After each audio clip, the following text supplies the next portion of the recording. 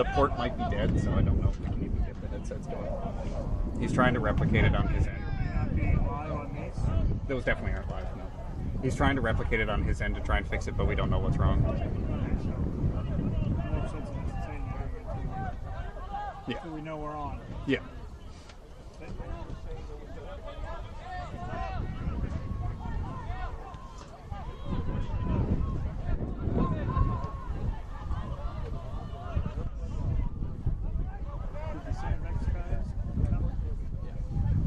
Well, they did yesterday, anyways. I don't know if they're going to do that. I'm looking actually. I don't see them. No Jack Kennedy, no David Decker, no Luke Green. Kennedy, He got injured? well, he was injured in his last couple. He played yesterday.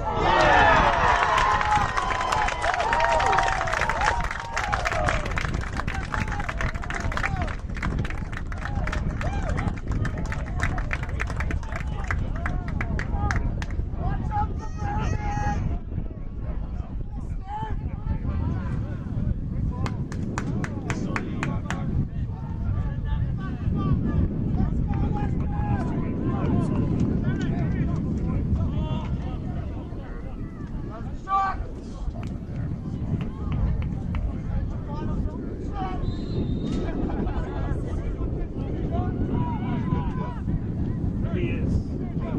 Big rapper. Yeah, I've done some stuff with him on the community initiatives with the Wanderers this summer. Yeah, nice. Like football for all. Yeah, yeah. And stuff like that. Got it going pretty good.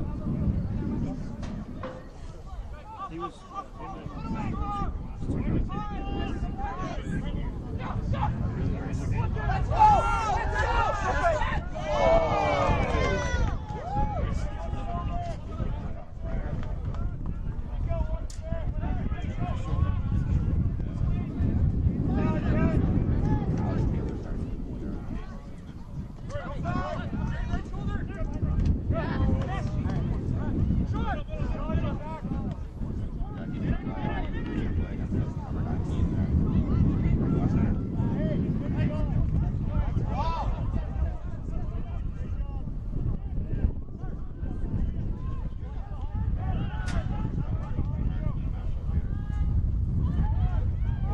Suburban tied just They did.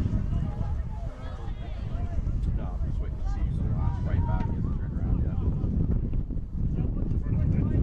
Yeah. Hey.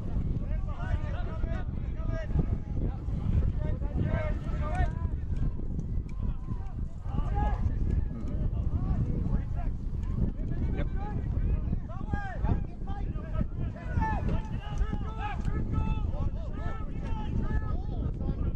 Internal mic.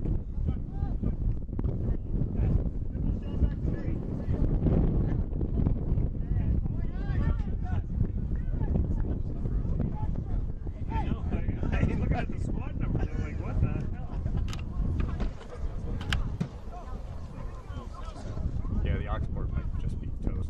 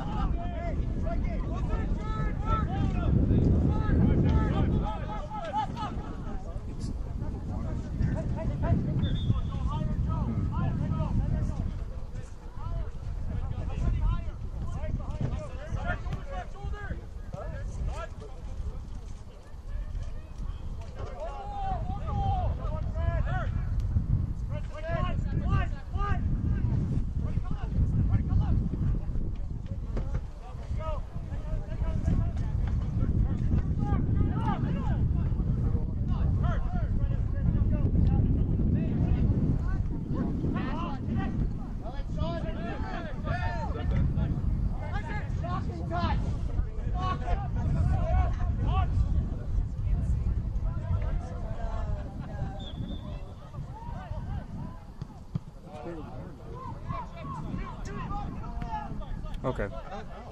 Since I left Suburban, All right. summer, I was an early student. Yeah, because I mean, it probably wouldn't kill them to switch which field the game's on if they really want to commentate. I've seen him downtown a bit, so I know he lives in. Yeah.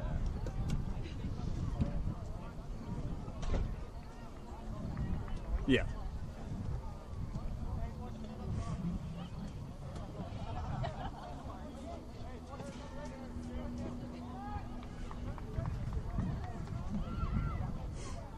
Mm-hmm.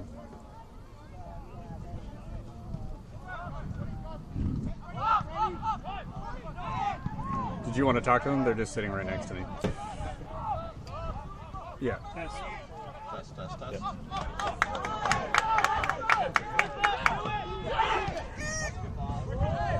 You should be there. Oh. Hey, what's going on? I shouldn't take these headphones off. Hey.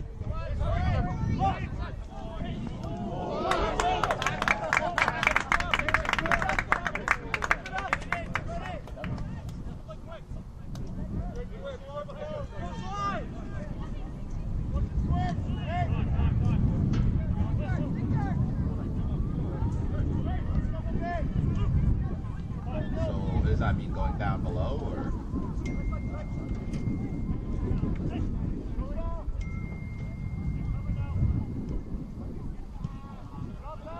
So we won't be able to do it for this game.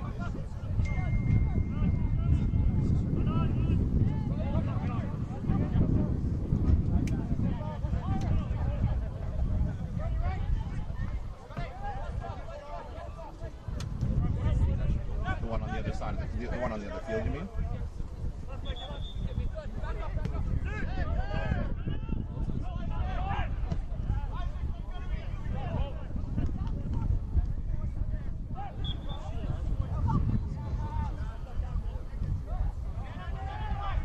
I wonder if you could do a half, like switch it at halftime to the other field in here, especially knowing this is kind of like the biggest game.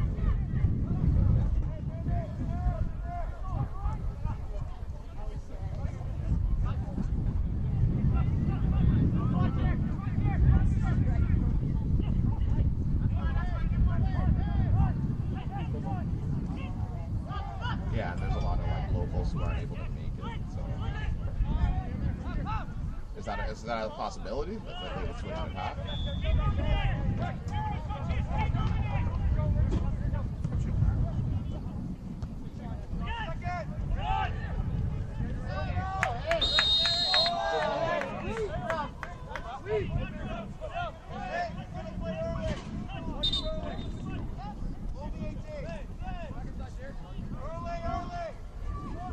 Because, like, admittedly, yesterday I did the one on the other field, and we were playing through the camera audio. Like, it was just the mic.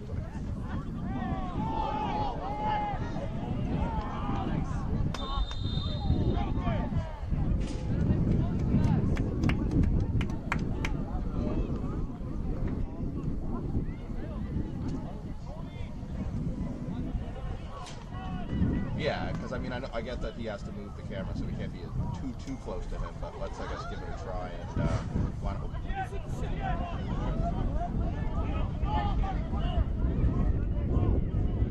there is.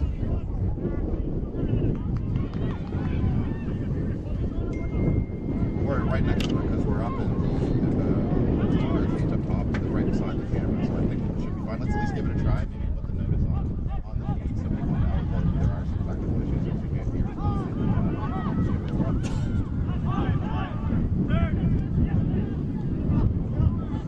Sounds good. You want to go back to Josh? Sounds good. I'm passing it back to Josh now. Thank you. So we're gonna just close the camera audio. Yep.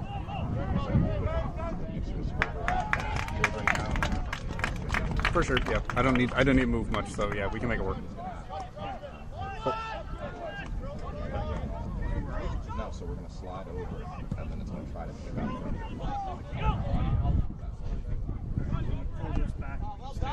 Yeah, I can move the camera over, but you can stand on the other side. Yeah. Let's do that. Somebody. Better than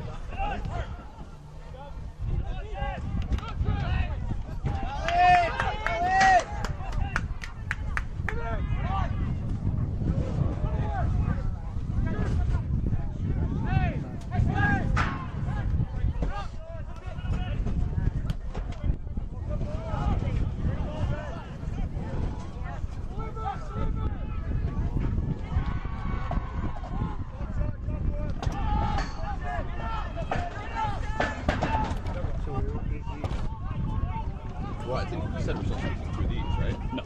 No? No, Oh, it's we're through just literally camera just audio. Okay.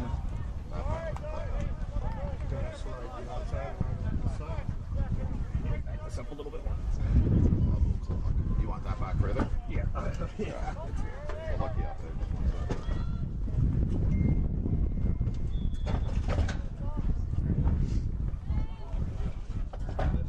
so we can at least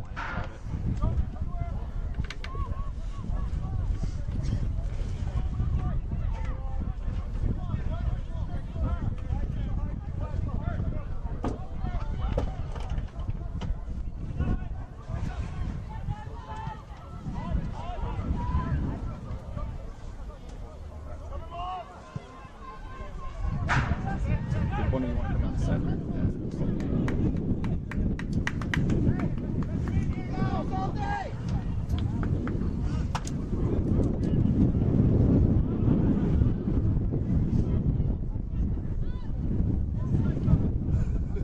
It's unique. All right.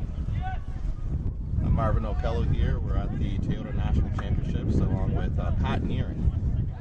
A little technical difficulty there to start with, Marvin, but we're 13 and a half minutes in. Beautiful goal by Pedro for Western. Supplied by a cross from the left-hand side by Joe Iatru, and a well-deserved 1-0 lead for Western over Suburban. It was almost followed up by a second one if it wasn't for Will Vino coming out of goal and having a sliding tackle outside of his box. Otherwise, it would be 2-0 Western very early on here. Yeah, and Pedro's had a good first 15 minutes here and showed his pace, plus a nice touch. And you've coached a lot of these guys on the Western team, which is basically Dal FC at this. So, which guys do you think are the ones we should be looking out for in this match? On the Well, Western I side? mean, there's experience through the team here. You've got Coach Geese, who's been called up for this tournament, and Ben Bruce there at center back. So that's a good, strong pairing at the center back position.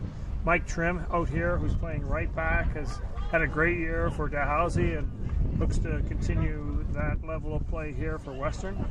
And I coached a little bit in the summer where I had the pleasure of coaching Joe Iatru. And I'm telling you, in my opinion, Joe Iatru is one of the best players in Nova Scotia. I agree. I watched him take a free kick against UDFC earlier this summer into the top right corner. Yeah, I was actually coaching that game for them. No, he's a hell of a player, and I mean, I'm surprised you forgot probably one of the best goalkeepers to come out of Nova Scotia as well, in Benner, who I had the pleasure of playing with when I was younger. Yeah, Ben, I coached Ben for 5 years, and then he went on to a professional career in Israel, and is back as a contributing to the community as a teacher, but he hasn't lost a step. He's as good as he ever was, and you know, in order to beat Ben tonight, they're going to have to do something special. For sure. I always hated playing against him because of that drop kick that he has that goes super high in the air, and you're, as a defender, you're just dreading having to head that ball. But no, Ben's definitely a great keeper, and Will Vino, equally a good keeper. Hasn't played at the professional level or anything, but he's done really well for Suburban over the last few years. Yeah, and Vino has already shown his stuff here with a very good save on Pedro to prevent the second goal. And on the Suburban side of things, they had a 0-0 draw yesterday against Newfoundland Fieldins. They had some good chances. They were missing some of their players who were playing in the SMU versus Dal game. Woody Bain, who's starting at left back here today. Scott Firth, who's playing in the CDM role. And Colby Mercer, who's starting in the right back today. All were missing yesterday. So those are a big boost to the Suburban team as they look to pick up their first win in this tournament. Yeah, for sure. Those three names are big AUS players and senior men's players here, along with, of course, the guy with the ball right now, Cody Ben. Of course. They didn't get a lot of service to core yesterday, and that's something that we'll want to look to improve on today. And I think actually having Woody Bain and Colby Mercer on the wings will also help, because you'll see them push forward and look to overlap every now and then with their pace, something they didn't have yesterday against the Fieldins.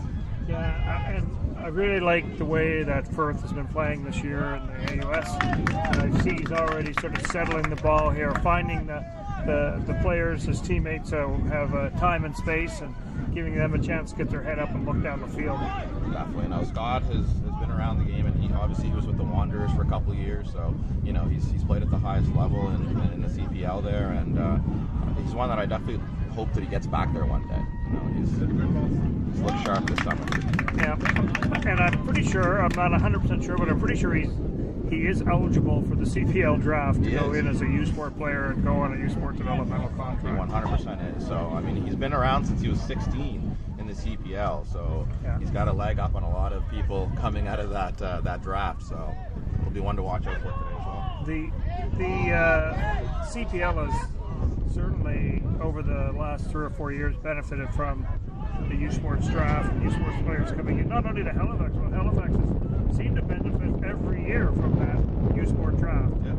They're very intelligent in the way they've drafted players in and have made signings and kept players very good.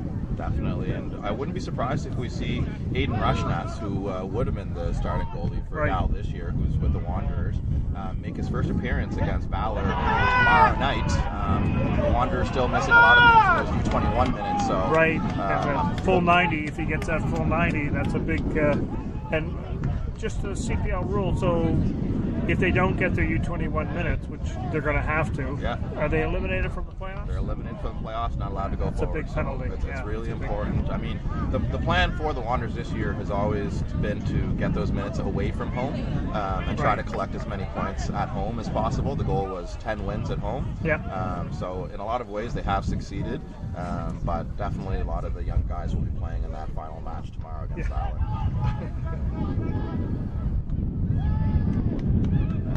Pat and I have known each other for a long time. Way back when I was in high school, Pat was actually the one who gave me the call up to see if I wanted to go play for Dalhousie University. And you know, so one thing I want to ask you is, what has really changed now from a recruitment perspective now that you have things like the CPL? Because things like academics are always important for getting into university, but what else now are you looking now that there's CPL around? Well, I mean, normally the CPL will draft 16 U Sport players. So I think if you look, say, let's take an example of Cape Breton University, who's been a consistent supplier of U Sport players into the CPL draft who have been successfully signed. Corey Bennett's one here tonight, who's had a success story. So those are the kind of players you're looking for to succeed at U Sport and then make the jump up to CPL. So I think what's changed now is the perspective of incoming student athletes. So not only do they have the academic pathway, which is of course the most important thing for everybody, leading them into the workforce, but now they have the opportunity to train and play in a professional environment if they're good enough to be selected and good enough to be signed. So that has changed a lot of perspective, and I think student athletes now look to see, you know, who's got players in the draft. CBU certainly has benefited recruitment wise from being able to say, we're supplying players to CPL draft every year. So that's a big change in the recruitment field. Would you say that it's kind of spread across more universities now, though, because of CPL? Because CBU has been pumping out, you know, great soccer players for a while, both international and local. Would you say that now Dal, SMU, and all those have a bigger appeal to pull some international athletes because of the CPL? Yeah, I mean, international recruitment is a university, strategy. Like the presidents are focusing on international students. Cape Breton is a 75% international student university. So I don't think to be honest, I don't think a lot has changed in some of the other places. But like if you look at the ones that are typically supplying players successfully into the draft, UBC, Montreal, CBU, Carleton.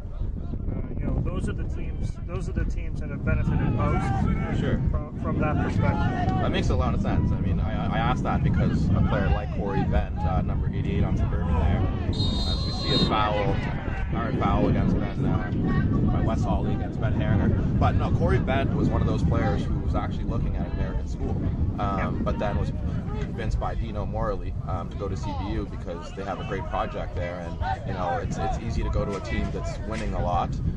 But that's I guess where my question comes from is, does that now offer a lot of internationals who would have gone to an NCAA school, but now they can look at St. FX, St. Mary's, Dow because of the CPL draft? Yeah, I think that you could say that is somewhat of a draw, but I think it's still there's so few players that can get into the draft. I think they do an online application, the CPL does, and there's over 200 people apply for the draft. Really, 2 rounds of 9 or whatever it is. Yeah, 2 rounds of 9, 18 players. So, I mean, I don't think you're going to ever go out as a coach in the AOS or U Sport and say, come to our school because pretty sure we're going to get you into the draft. It's not that easy. Fair. But a guy like Corey Bent, who had huge sort of experience in England, might have been able to come over and get a tryout, without going through U Sport. So, I would say it's a factor, but it's not the factor in recruiting. If you did recruit on that, you could be.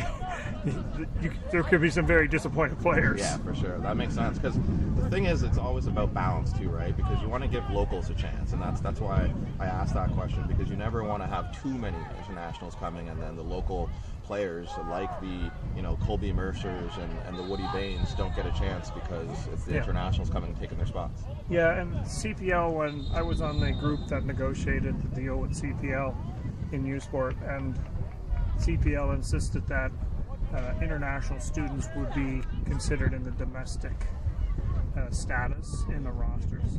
So it was a smart move by CPL. We didn't necessarily all agree with it in U Sport, but it's their draft, so in they went, and so Corey Bent would be a domestic rather than international. So that's in play, and that I think next year. I'm not sure exactly if it's out in the public yet, but next year CPL will be having a distinct sort of line in their roster for U Sport signees. Interesting. I mean, one of the players that's missing here today for Suburban is Charlie Waters, because he doesn't have his permanent residency, I believe, yet, and he's not available to play in this Canadian tournament. Canadian tournament, because you do require either a citizenship or a permanent residency. So he's one that is definitely being missed by the Suburban team. But they do have a deep squad anyway, so they should be able to compete with this. Charlie's having a standout season for St. FX. I'm sure CBU has noticed that. I mean, 3 or 4 years at CBU, and now he's playing out his last year at St. FX. But he's having a standout year. He's been very, very good for them. And Cadero and him have formed a nice partnership. And he seems to have not lost a step. Definitely. As Corey Bent's on the ball here, Ben Hanger goes for an overlap, but goes back to Scott Firth. Will Warren combines with Ben Hanger, but Sean Kojic momentarily wins it. Suburban has grown since conceding early on, and after that Will Warren save, it looks like they're the ones that have gotten a grip of the game and taken a bit more of the possession. With that being said, Western are always dangerous on the break.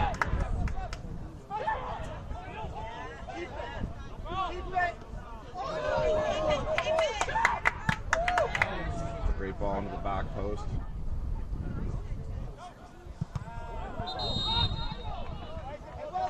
That's really one of the first opportunities that we've seen for either team to break out of that midfield. That midfield is a very crowded spot right now, and there's not much room. But Western Suburban's had 1 or 2 forays past that defensive back line, and Suburban has also, mostly through Corey Bent, been able to get a couple breakthroughs. Definitely, and both these teams do like to play patient. Western's probably the more direct of the two, but they do have a strong midfield core that is definitely up for the challenge against the likes of the Nacho Sanchez and Ben Haring are there. So we're going to have a great battle of midfield throughout this match here. Yeah, there's a lot. I mean, there's experience all around the field for both teams here. So it's the big difference between, say, university soccer and because I coached senior soccer as well for 15 or 20 years, and to have a little bit of more experienced player, 24, 25, who can put his foot on the ball in the middle of the field. A lot of AUS teams don't have that, so it's very helter-skelter sometimes. But here you should have your center backs, and you've got Coach Geese there for Western, and quite a few players around. Firth is a good example of a guy who can hold the tempo of a game. So that's a big difference in senior. For sure, and I mean these are two teams that have a lot of players who play in the AUS. You know, Western, as we mentioned earlier, is pretty much all Dalhousie players for the most part. Yeah. Suburban has a large contingent of SMU and St. FX players. What is the benefit, especially for Western, of being able to play all summer together and then continue that into the fall, into the Dal season? That's a great question, and it's a two-sided sword, I think, anyways. So players that play in senior soccer have a different relationship with each other and with the coach. You know, it's sometimes more social. There's more. It's not as intense in terms of the training. And then when you come to playing in the university, you're training every day. It's much more intense. The expectations are different, and the relationship with the coach is different. So, in some ways, yeah, playing together is great, and they form chemistry and everything else. In other ways, there has to be a shift. So, like Alan Jazik is experienced enough to be able to understand that and make that shift. Yeah.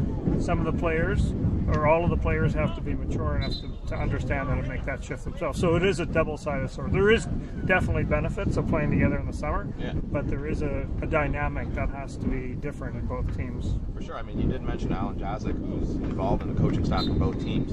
Yeah. So from his perspective, it's probably great having eyes on your players, especially the local ones, all year long, to be able to see what their quality is like leading into the US season. Yeah, for sure it is, and you know,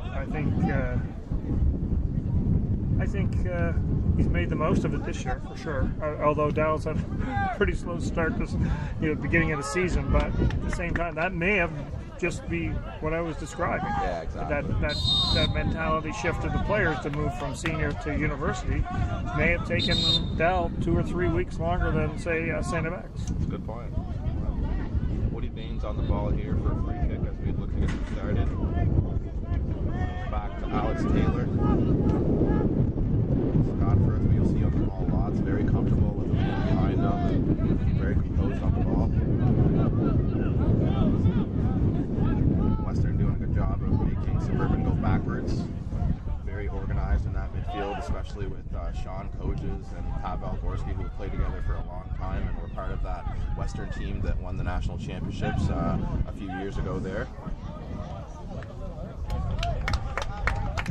It looks like Western has sort of set up that midfield block. They've dropped their forwards a little bit deeper in the field, so they weren't as.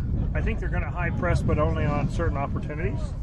And they'd be happy for Suburban to pass the ball around the back, I would think, at this point, being up 1-0. Definitely. And one player that we hope to see featured at some point is Ian Greedy, a guy who can unlock most defenses with runs in behind, but also with shots from range.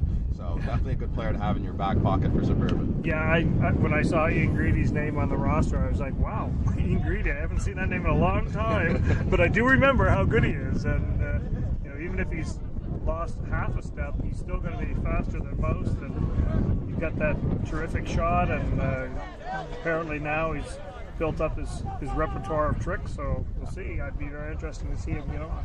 I mean, if they're still down 1-0 at halftime, I would think if I'm the coach, I'm looking at Greedy. 100%. I mean, yesterday he didn't come on until the last 20 minutes in the game against the Fieldins. I don't know if he's carrying a knock or something. Maybe that's part of the equation, because it's hard to keep a guy like that out of the starting lineup if he's 100% fit. Well, the bad news is if he's carrying a knock, this tournament is hell for him. Yeah. Because it's so many games, it's so intense, and so few days. This is not a high performance model tournament. There's no days of rest. A Suburban or a Western had their rest day on the first day before they even played. So, maybe. With that being said, what's the ideal situation? Is it to have that rest day first while the other teams are playing? Well, the ideal situation with this tournament would probably be a week long, at least, if not a week and a half long. No, but I mean, that's not going to happen. If you had to choose which day you got your rest day, whether it's day one, maybe you play a couple games and have a rest day. Is there any benefits you think to? I don't know. I think it's 50-50. if you rest the first day, Coach Jazik told me he liked rest day first one because the other teams are playing. Yeah. So, they're on day 2 and you're on day 1. So you're always sort of one day ahead. But at the same time, if you play here tonight, both teams, so Suburban are going to be on day 3 tomorrow and Western are going to be a day 2. So I guess maybe a slight advantage to having the first day as a rest day. But Especially if you at get to some watch. point during the tournament, Suburban's going to get a rest. For sure. I mean, there's also the added benefit of watching the other teams play. If you get that rest day on the first day, see how they're set up, see who their strong players are, and things like that. Well, I've coached in this tournament many times, not many times, but several times, and you're so busy. There's so much going on. You're worrying about your own roster, injuries, overwork, all that kind of stuff. It's really hard to get out and scout all the players. You've got people in ice baths and you're taping and you're, massage therapists are working and everything else. So for sure. No, it's a grueling tournament for sure.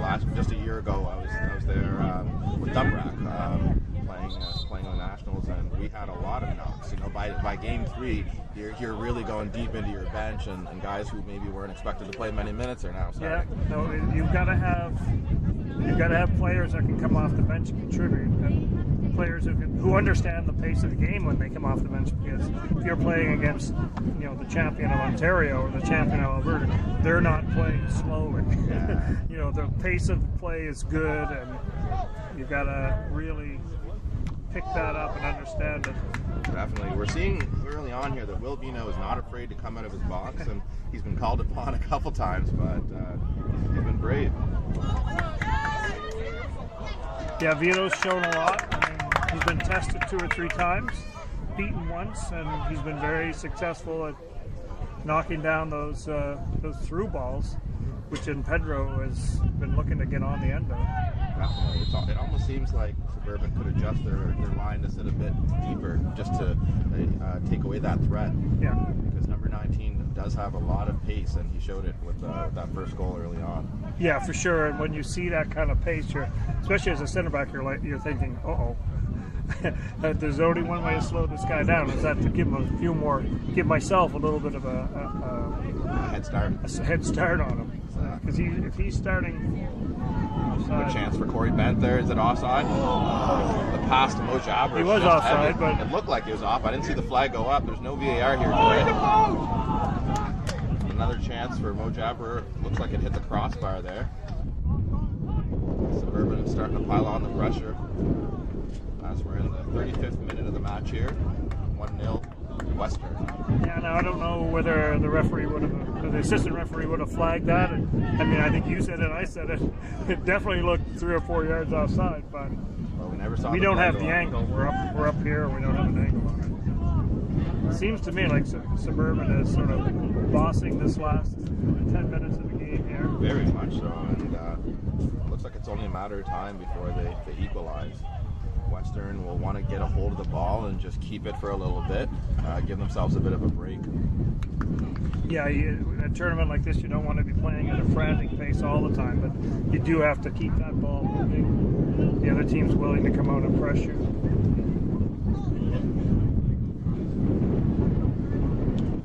Another thing too is even keeping the players fresh on the bench.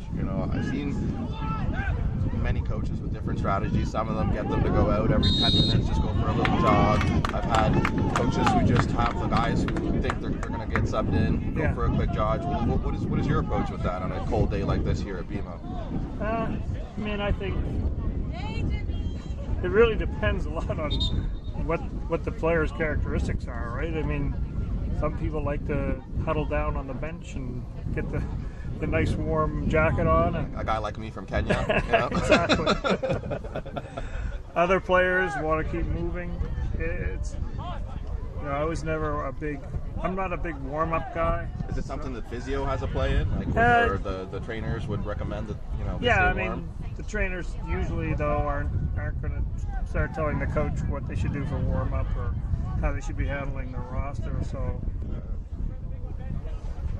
That's one I've always found interesting as a player myself, because I was one of those guys that I want to stay bundled up as long as possible until I'm going in.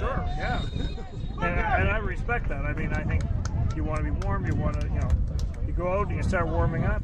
Then you start sweating. Then you cool off. That's why, I hated it. Not hate it, but like at the beginning of a big game where they're playing all Canada and they're doing, announcements. After you've done your warm-up. After you've done the warm-up. Then they're introducing the teams in English, and then they're introducing the teams in French. And by the time that happens, your warm-up is gone. Exactly. And you're going, oh, I'm freezing. And that's why I find it so interesting, especially from a trainer perspective, because I have read some things that, that you do increase the chances of injury if you warm up, then you sit, for more than half an hour, and then you start running again. Yeah, for sure. I think that's definitely a valid concern.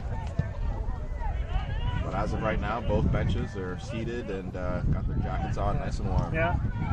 And it's really, I think if you look at the last 10-15 minutes and 37 and a half played here, but I think Suburban has been looking to pop that ball in, but they've got the wind at their back, and here, as we know, at Soccer Nova Scotia, that wind comes in off that north face, and it's not helping them because they seem to be, Ben Earth seemed to be in control of that box 100%. very well. And that was a great ball over to the left-hand side there from Benner. We're used to seeing him hit it over the top, but that was a great laced pass over to the left-hand side to spring the knocked out attack. with a little pace and right on the foot. Gave Pedro something to run for. I mean, that's the other thing, for if you got a guy like Pedro or Joe Atru playing up front for you, you've got to give them. You got to feed them. You've got to give them balls to chase, balls to run, balls to feed.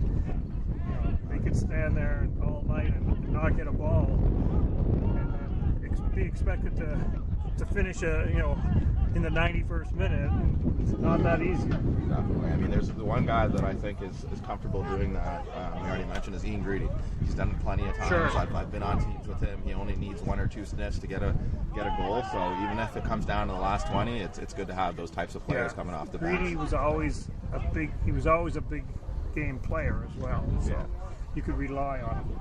There's somebody warming up for Suburban now. A little bit far away. He's got a bib on, so we Looks don't like get a that number. is Ian Greedy, actually. Is it? Yeah. There you go. No, I think you were It's right. not a strenuous warm-up. But no, and most likely he's probably getting ready to come in halftime since we're Halftime, I would at the think. 40-minute mark here. So he's probably going to do a nice long warm-up. And for my time playing with him, he is one of those guys who likes to have a long warm-up. He doesn't strain himself too much. Okay. But he does almost a 10-minute warm-up just to get himself going. So I wouldn't be surprised if we see him come in the second half there, especially if Suburban continue to trail 1-0 to Western.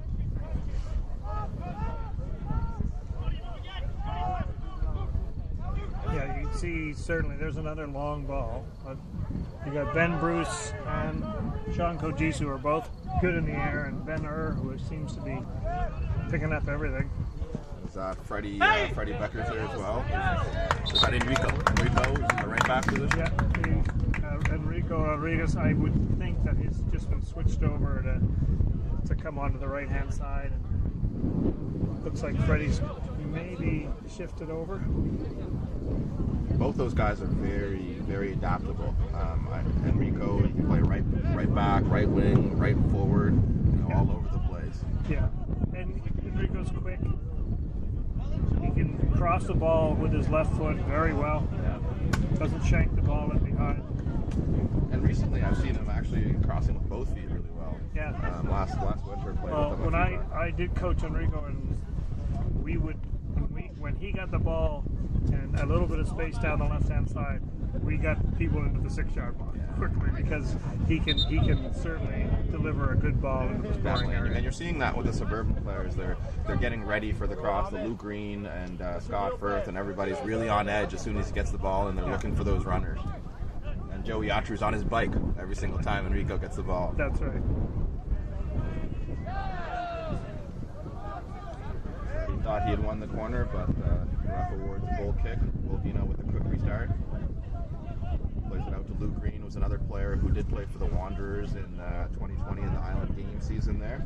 Yeah, Green is having a very good season at St. Alex. He's one of those players too who could re-enter the draft. You know, he's had experience in the CPL already. I think he's really improved since gaining that experience. Even though he only got to play, I believe, in one game in the Island Games, but that experience is invaluable for being able to just understand where you're at compared to other players and how much you need to work on your game to improve. And I think Luke's one of those guys that has really improved a lot since gaining that experience in the CPL that one season. Yeah, well, you could see certainly, like if you look at Cape Breton, most of their rosters coming with 2, 3, 4 years of experience playing at a high level in England or Spain or wherever, and you know, Green would have that level, not exactly that level of experience, but more experience than your typical U-Sport player. For sure, and I saw that actually. Great ball into the box there from Woody Bain looking for Corey Bent. Ben Tarriner tries the volley from the top of the box, but easily carried by Benner. No, I was going to say CBU. I saw that they had a preseason tour actually to the UK. That's right. So Dean Morley took six players over and came back with 24. No, I mean it's incredible. I think most of the European-based players, you know, met up there and then came back. So. I mean, CBU has another advantage in their program. They only have, I believe, is it 2 or 3 sports teams that they have? 4. 5. Well, actually, they do track and field as well. Yeah, but they do less sports than some of the other universities. Yeah, so they're they a bit more at focused. one point they were volleyball, hockey, football, even. Mm-hmm. You know, and then they narrowed it down to soccer and basketball, and they recently added track and field. They've got a good facility track and field wise with the dome, and then there's a track, and they've got throwing and jumping venues on their campus, so it makes sense for them to be in track and field. So what would the budgets be like, you know, compared to other universities who have many different sports? I mean, I know you're not a CBU employee or anything, but it's a tough question to answer. No, it's one that I've seen some budgets, but would you say that's an advantage? That's CBU's business. Would you say that's an advantage, though, that they only have the focus of those 4? It's an advantage, sports? And I mean, every team, especially if you're not fielding a hockey team here in Canada, it's a big negative for your campus because everybody loves hockey. Yeah. But at the same time, hockey's a very expensive sport, and if you're not fielding a hockey team, you have a financial blessing. Yeah, for sure. It's one sport I never got into, you know, not just because I was born in Kenya and we don't have much ice and I'm a terrible skater, but it's also very expensive, you know. So it's expensive for kids to play hockey. Now we're just about at 45 minutes here, 1-0 for Western, but Suburban has looked good at times in this half, but I think Western has been up to the task, especially that back line and Ben Hur seem to be working very well together. For sure. And just to expand on that hockey point that you just made there, you know, one of the benefits of having things like the CPL here is those multi-sport athletes who are good at, you know, hockey and soccer, and they're trying to decide, where do I have a career in? There's a lot of those guys who are choosing soccer now because of the CPL. Yeah, for sure. I mean, when you go to games and you're at every game, you see those families. Yeah. You see the young kids, they get the shirts, they get the hats, they get the scarves. That's huge. Like, I've been to many English professional games, and that's what you see now in the days over in England. You see it's a family event, and you know, people do get behind the team, especially small teams, small local markets like us. Yeah.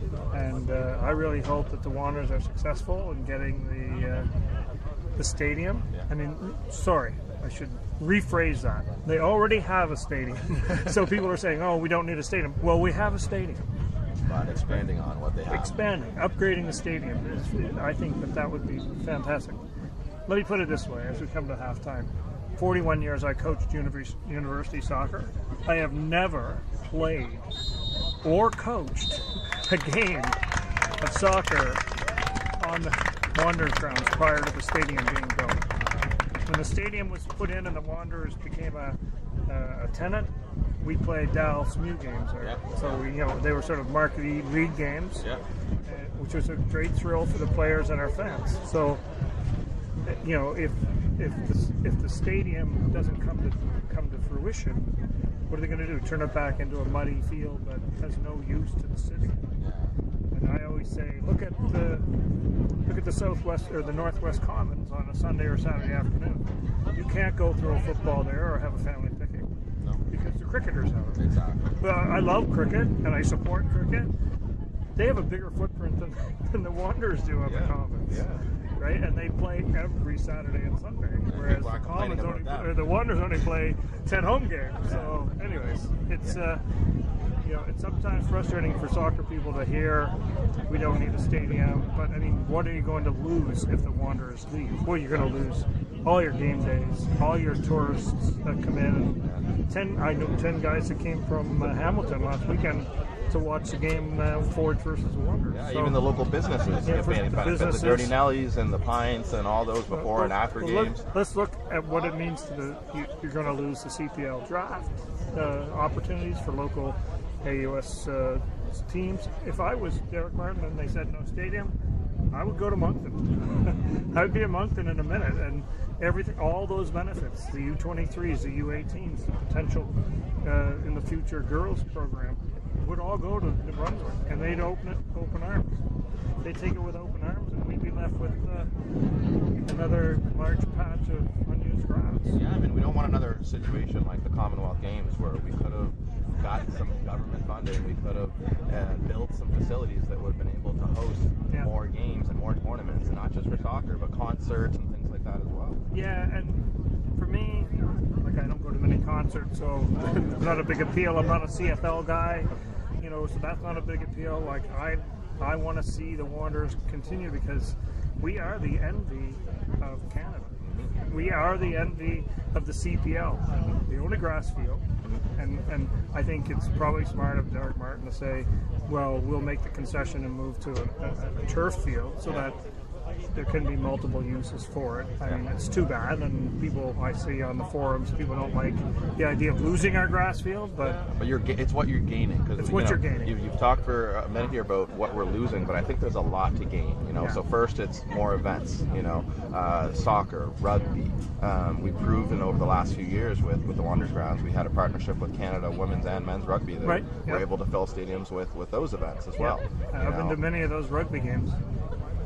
No. And, I mean, it's a no-brainer for people like us. I mean, you're with the Wanderers, so. But for me, I don't have any skin in the game with the Wanderers. But like, for me, it's like, as a soccer person, as a sports person all my life, I'd really love to see us upgrade that stadium. We do already have a stadium, but upgrade that stadium, and then see where that takes us. Because there's so much to lose if the Wanderers say, no stadium, well, we can't play here. And the natural thing is to go to Moncton or relocate the franchise. It would be a horrible situation for all the soccer players, young sports fans in Halifax or in Nova Scotia. And the universities, like we just talked about, the benefit. Absolutely. So anyways, that's what it is. Well, here we are at halftime. 1-0 for Western. I don't want to rant on about the stadium issues. Understood. No, that's great points though made, and we hope that the main thing is that we hope that we continue to grow the game here. We've made a lot of progress in the last few years as a province. The Wanderers has helped that, and as I've seen, outside of the Wanderers, I'm a soccer fan. You know this. I've played in the local leagues growing up, and you're now starting to see things like supporters pubs popping up, like Dirty Nellies is a Liverpool supporters pub. Maxwell's Plum is a Spurs supporters pub. I started one at the Pine for Arsenal supporters. Right. And these are the things that are going to help continue to grow the game in before we get to 2026, where the World Cup is going to happen. For sure. Right. So that's the bigger picture, that we hope that there's stadiums happening in Halifax, in Quebec, in Alberta, which all will contribute to more people playing from the grassroots level, of being able to host tournaments like the Canada Youth Cup that was held at Dalhousie this summer, that Bilal Elouaid put together. Yeah. All these things will help continue to grow the men's national team to hopefully get to a point where they compete the same level where the women have been for a number of years. Yeah, and I agree with all that, but for me, I'm a much more local perspective. The question for me is always, what do we stand to lose? We stand to lose a lot. If you took the Wanderers out, the stadium gone, turned back into just what it was before, you're losing all that youth programming, you're losing the women's programming, you're losing the professional team, the game days, all that stuff. Yeah. You lose all that stuff, and now the biggest game in town is senior men on a Wednesday night at 9 o'clock at the Bedford turf field with 7 people there. So, you know, the Wanderers has moved the needle big time in terms of the soccer community and what people can enjoy and get behind. And look at the young players that are benefiting from it. It's to me almost impossible to think that we would not support that and take that team as far as we can get it. For sure, and there's even an academic appeal as well to having things like the Wanderers, because there's a lot of those kids who are good at sports, but if there's no next step to be able to make a career out of it, they drop out of school. You know, how many players did you lose in university who would, you know, come play one season and then the winter semester would start when there's no soccer and their grades drop and they're out of school? No, it never happened at Dow. That's for sure. Fair enough. Well, we'll take a brief break here. It's 1-0 for Western against Suburban FC, and it looks like we'll probably get a couple subs in the second half as we saw Ian Greedy warming up. But Marvin O'Kelly here and Pat Nearing will be back with the second half after a brief break.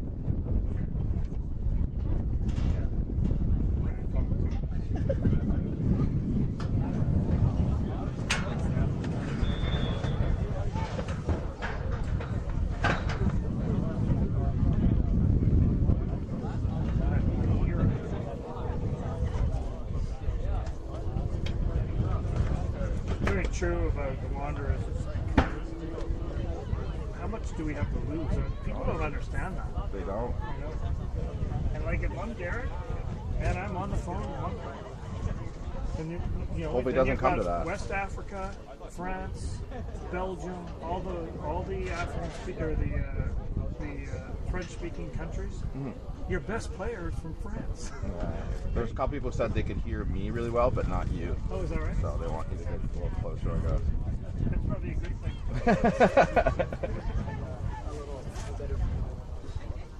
Marvinho! What's going on, baby? Colin? Good, bro. You good? Yeah, anything, you know, footy related. I love it. You guys here this weekend playing? Yeah, but who you guys playing this weekend? Oh, no. I'm playing. Oh, you're playing with the Action? Yeah. Is your school not playing at all this week, or you just decided to prioritize it? Oh, no, we're not. We play Smule next week. It would be nice if we got back to actually.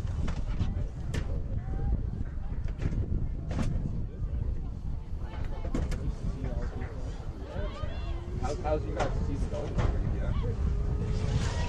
We need to win our last 3 games. Everything's close, but yeah, team final. Well, you're probably one of the few running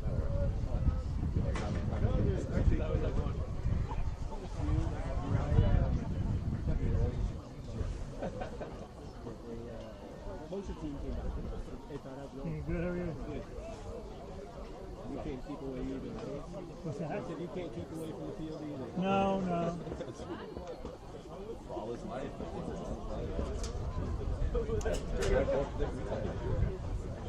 been playing center mid for UPI. I didn't play striker. I didn't play yesterday. Like some school team. Ebra up here? He's a rookie. Rob here. Rob's rookie. Team together.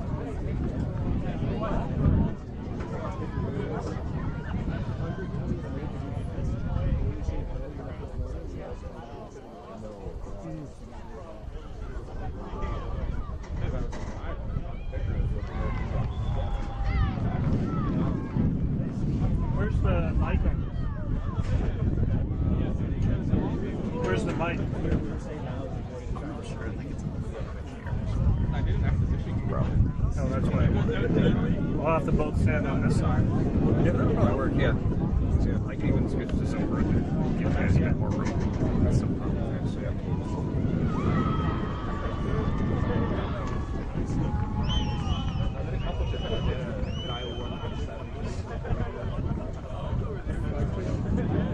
Chris.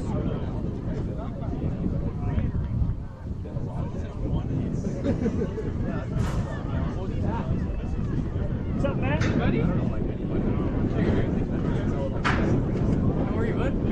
Are you here with the Scottish? No, they wanted me to go on the roster, but then the guys that are correcting heads out said it might not have been great. So, Did you just visit? yeah, I came last Wednesday and I did SMU Mountain ARs, and then I did SMU Women Middle yesterday, and then SMU Men AR right after. But I did it. Nice. Sorry, SMU now, yeah. Yeah. So, yeah. So you're still in Edmonton, right? Yeah, I'm staying at Angels and then I go back. Like I was going to try to stay the whole weekend, but Dad has to and stuff. I don't want to just be on for Thanksgiving. How old was your little guy? He was, huh? How old was he? Well, he was turning 75. But it was so sudden. Really? I remember these big bags in the basement. No. Your young guy. Oh, my young guy? Oh, he's 19. 19? But he's Yeah, a no, dick. I knew your dad. Yeah. He's a dick. Yeah, I mean, He luckily, went Sunday. yeah, like, my mom heard these big bags in the basement, like, loud. Yeah, he went down. And she came running down and I couldn't figure out. She thought he'd fallen down the stairs. The way she found him lying on his back, it wasn't, there's no way he made it to the stairs. So then we're thinking maybe stroke because like he had replaced 9 weeks later, but he was driving again. His mobility was getting much better. But I went over the scans and images. Like we were told no stroke by the docs, but I will look at him again like with one of my radiologists in my kid's hospital. And she says you'd still be able to see if there was a significant stroke that caused it. All the blood vessels were wide open to the brain. So he fainted, we think, but nothing to break his fall, and he went straight back so hard that his skull fractured all the way up both sides. But he would have fainted and not known, and then as soon as his head hit, because of the way the brain would have moved. Well, there was from the fracture, there was blood on the outside, but the contracture, like the car accident stuff, it caused the shearing forces, and that's what would have done it. The diffuse axonal injury, we call it. So it was very slow. He went suddenly. Yeah. Like the only thing was his like knee replacement. That was it. Like otherwise, no other health issues. Like still doing his thing. I'm just recovering from Alzheimer's. Yeah. Do you have like a bypass? Nope. I haven't. Oh, they put the new aortic valve in. Okay. Yeah. Just another Tuesday. That's crazy. And it was a year ago last week. I'm back playing football. Not a person. You got to well, if you've got regurgitation, it's gonna like if you have aortic insufficiency, it's gonna be a problem. It's pretty scary sometimes. Yeah. Well, because you're not getting what you need out through your body because it's not opening and closing properly, right? Severe stenosis. Yeah. Well, at least you're okay.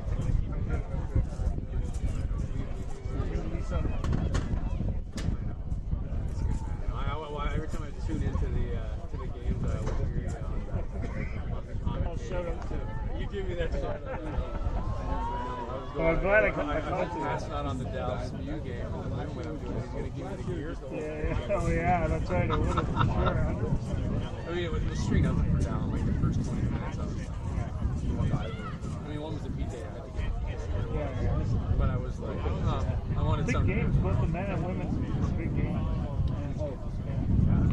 So you need to get that separation and for Alan to keep that ability to feed it. Okay, but yeah, I don't leave till Saturday, so you're around tomorrow? It might be. Scottish plays against Alan's team, my old Scottish team. What time is that? 4 o'clock. This is the only game I'm doing TV for. Okay. Yeah, well, I'll see you when you come back. Yeah, right on. Okay, bye.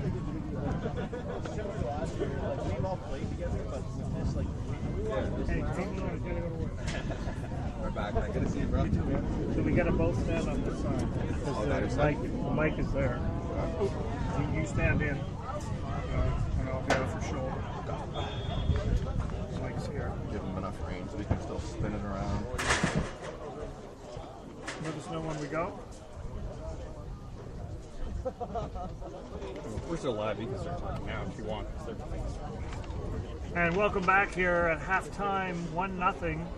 Western with the lead over Suburban. I don't see too many changes. Looks like Wes Hawley is still in the game, which is a little surprising. Halftime he usually subs. Coach East is still there. No, I think Western's lineup is the same as the first half. Suburban, what do you see? Looks the exact same as well. No Greedy for the second half, even though he was warming up. He was warming up, yeah. It looks like they're starting the exact same. Alex Taylor, Nacho, Luke Green is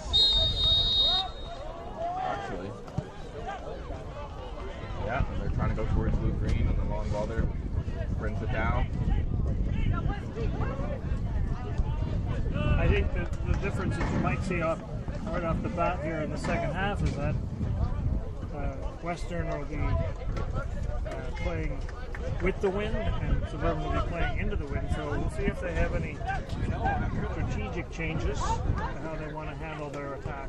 That definitely allows Western to be able to actually sit a bit and use Bender's kick to get them out of trouble when need to with the wind at his back. Yeah, for sure. Sean Cotees is a no-nonsense ball clearer. This I know. And so is Benner. So. Pavel as well. You know, everyone really in that back line is very disciplined and they know how to protect the lead. And Alan Jazzyk team specifically know how to protect the lead. Sure. So for sure, it'll be an uphill battle for Suburban. But as we mentioned, they do have some key players who come off the bench like the Ingrides and others. But right off the bat, we're seeing Corey Bent and Suburban pushing, looking for an early goal. I think probably they have a game plan, a specific game plan with Greedy. Maybe he figures he's only got a half hour in him. Scott first, an early ball into Mo Jabber, who's unable to control, get it out of his feet. Again, there's that experience we talked about with Cotees, not panicking. Jabber is not a prolific scorer, but he's a big body up front, and he does get his fair share. Definitely, no. He's one of those players who's really good at bringing his teammates into the game, playing with the defender on his back, holding it up, and laying it off with the runners, such as Corey Bent and Colby Mercer and those guys. Very unselfish player, but don't be surprised if you see him pop a goal or two as well, because he can be clinical when given chances, and I'm sure he'll want that one back that he just had there. Yeah, he played last year with Dalhousie. He scored some big goals for Dalhousie last year. He scored 2 goals against St. FX at St. FX. You know, so yeah, he can score in a streaky way. Definitely, no. I had the pleasure of playing with his cousin Talal Alawade, who's also a very good player. And, Talal was my captain at Dalhousie for a few years. No, I'm sure he now passed working on. in the soccer community and the agencies. They try to place young players around the world. Yeah, most notably Alfonso Davies. Right. Now Suburban doing a great job here of switching the play, going left to right, and really trying to get Western tired for those eventual subs that will come in and try to take advantage of his tired legs from the likes of Sean Kojes and Pavel Gorski, who aren't as young as they used to be. No, they aren't. This is not putting too much pressure on them by just playing the ball around the back. So Western unfortunate to be missing one of their key players, Suleiman, who is a great outlet when they're under pressure like this. He can dribble through players, he can get in behind with his pace, and hopefully he's going to be back sooner than later. Great ball over the top from Wes Hawley.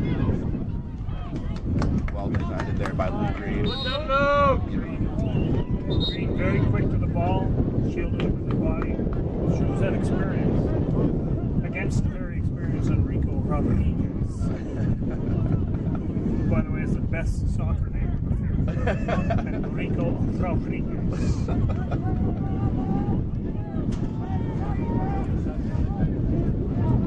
Nickname that we got for Mo Jabber is Baby Shack.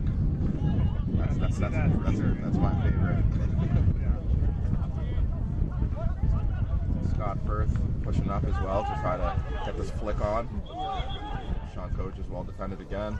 That's a foul against Wes Hawley, who's probably due for a yellow here soon. He's had a couple. Might be the last warning from the ref. Yeah. I wouldn't be surprised if in 10 or 15 minutes or maybe less we see Wes subbed off for some fresh legs. Yeah, for sure. I was thinking he might have come off at half. There's a few guys on the bench that can come in. Jack Ellis can come in and play that midfield role and stopper role. Jack is hasn't been the Dalhousie captain this? Yes, Berryman he's out of the lineup, and Jack Ellis takes the arm pass. Nacho Sanchez put the ball into the box, headed back across. Cleared well by Western again. You'll see on set pieces, Suburban has 2 great options, and Nacho with the right foot and Woody Bain has a great left foot delivery as well.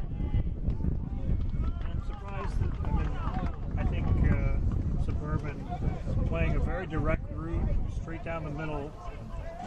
I guess they're banking on Jabber being able to get on the ball ahead of Kojis, and it hasn't happened for them yet, so they're going to have to find an alternative route to goal.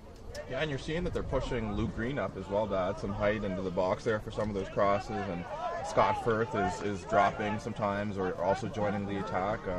But it's definitely not the way that Suburban generally likes to play, is this direct route. They normally like to keep the ball, pull teams over to one side, and then switch the play quickly either to Corey Bent or whoever's on the flanks to try to take advantage of the weak side. So not their normal game plan, but sometimes you do have to adapt to what's in front of you. Yeah, and I think Western's probably done a pretty good job of cutting off some of those cross-field passing lanes in the midfield. Geyer.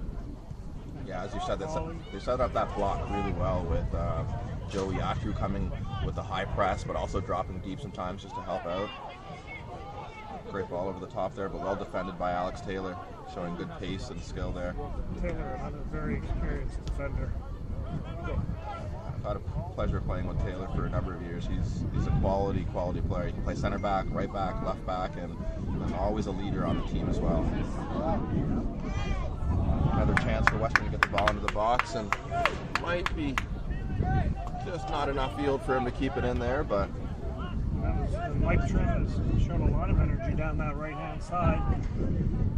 A very dangerous ball all the way through that 6-yard box, and the defender was not able to anticipate the line of that ball and get a foot on it.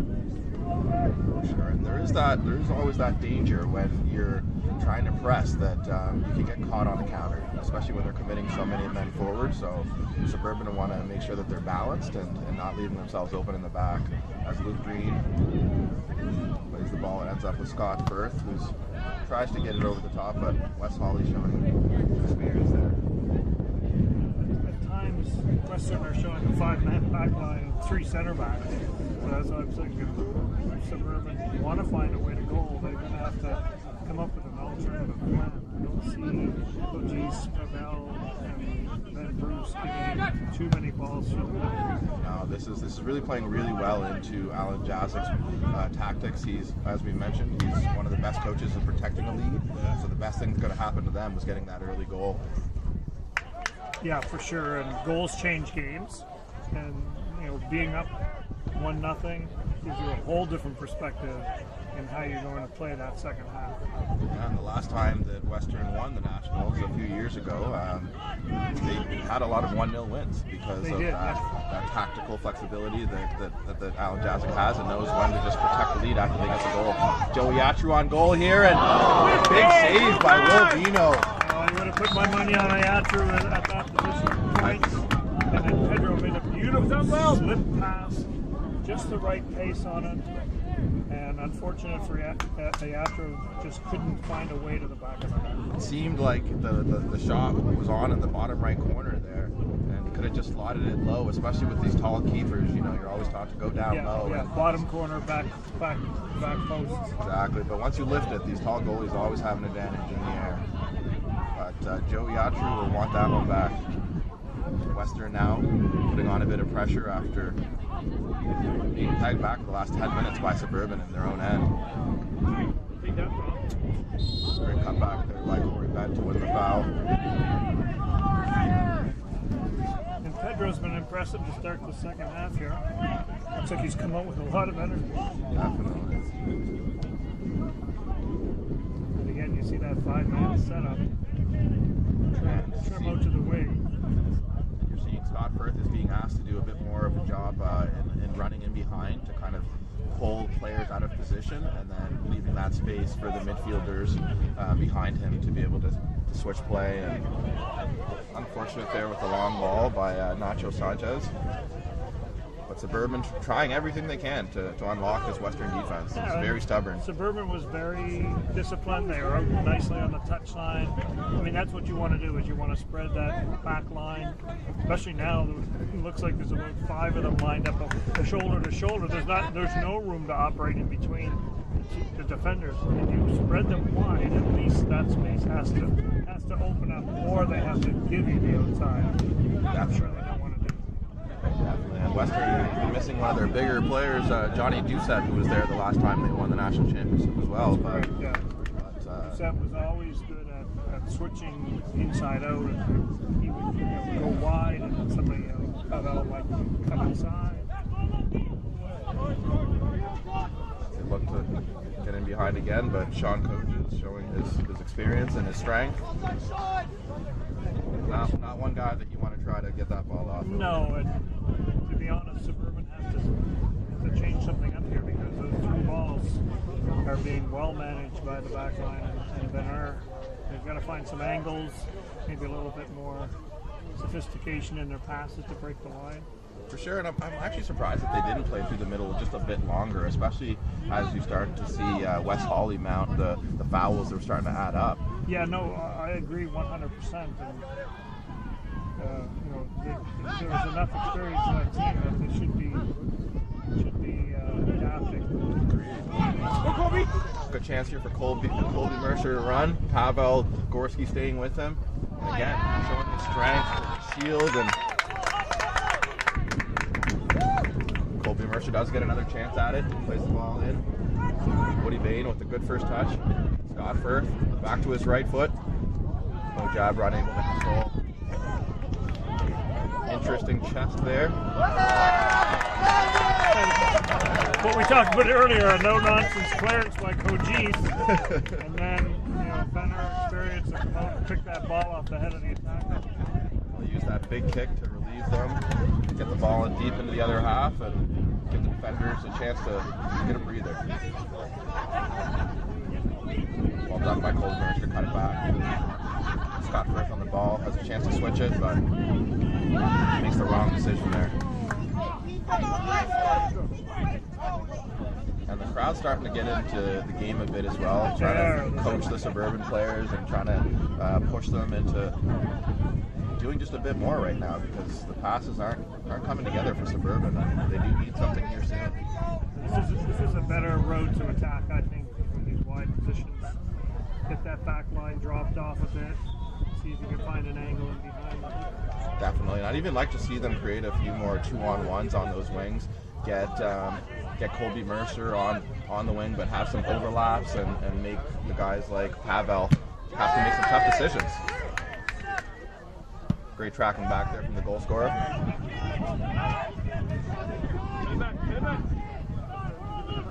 Alex Taylor does a great job of. And Pedro's come out with a lot of energy to start the second half. And he covered a lot of space in the first half, and he hasn't slowed down.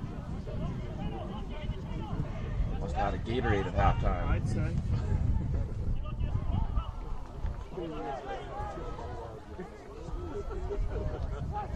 It's been a great tactical battle so far out here, Pat. Both teams really showing why they are here. Wow. Really good chance there for Freddie Beckers. I would have put money on Becker burying that. One thing that does definitely play a factor with these night games is those lights. I have to tell you that sometimes when the ball's coming at you and those lights are in your eyes, it's really, really hard to keep an eye on the ball. That's a good point. That can be, that can be just as debilitating as getting the ball with the sun behind it. Exactly. Suddenly you know where it is, and then you don't know where it is. Exactly. We saw yesterday in the Suburban game that Mo Jabber had a really good chance, but he lost the ball because of the lights. So something to keep an eye out here for. And another reason actually to keep the ball low.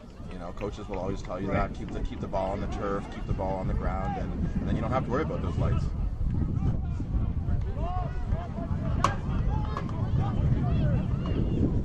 Mercer, one of the quickest guys on the field, has been able to sort of pull Enrico Rodriguez out pretty far and give the central attackers an opportunity to find some space. Yeah, and as we said, I think that's really the route that Suburban really wants to go to. Keep those guys wide, suck out some of those defenders, and then show their skill in the midfield. There's Mercer again. Mercer, unlucky. Well, Suburban hasn't been able to give him a decent ball to chase shot. I mean, a couple of them got over his head, that one bounced out. Yeah, the service will want to surface hasn't been great. The wind is picking up a bit. You've got that sort of crosswind now, and that makes it a little bit more difficult for them to find him with a good surface. Definitely. As we see Ian Greedy also continuing his warm up there on the side. He's going to be real warm right now. It's, as I mentioned, though, you know, some people, it is important for them to get warm, especially after being on the bench for a while and your legs get stiff. And well, he's in his 30s as well, so. Speaking from experience here myself, turning 35 here in a couple of weeks, so. Yeah. Well, 35, man, you're really old. No, I still plan on playing in this Premier League myself for another 4 or 5 years. You know, I've recently gone vegetarian, which has helped me stay fit. Oh, wow, that's great. So, you know, 2 years now I've been vegetarian, quit alcohol a couple of years as well. So, doing everything I can to extend my career as long as possible. Health is everything.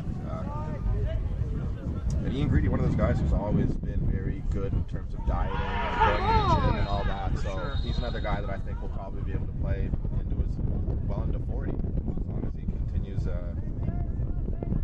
maintaining his health. Yeah, I played well into my late 50s. Not at a high level, but you know, enjoyed the game.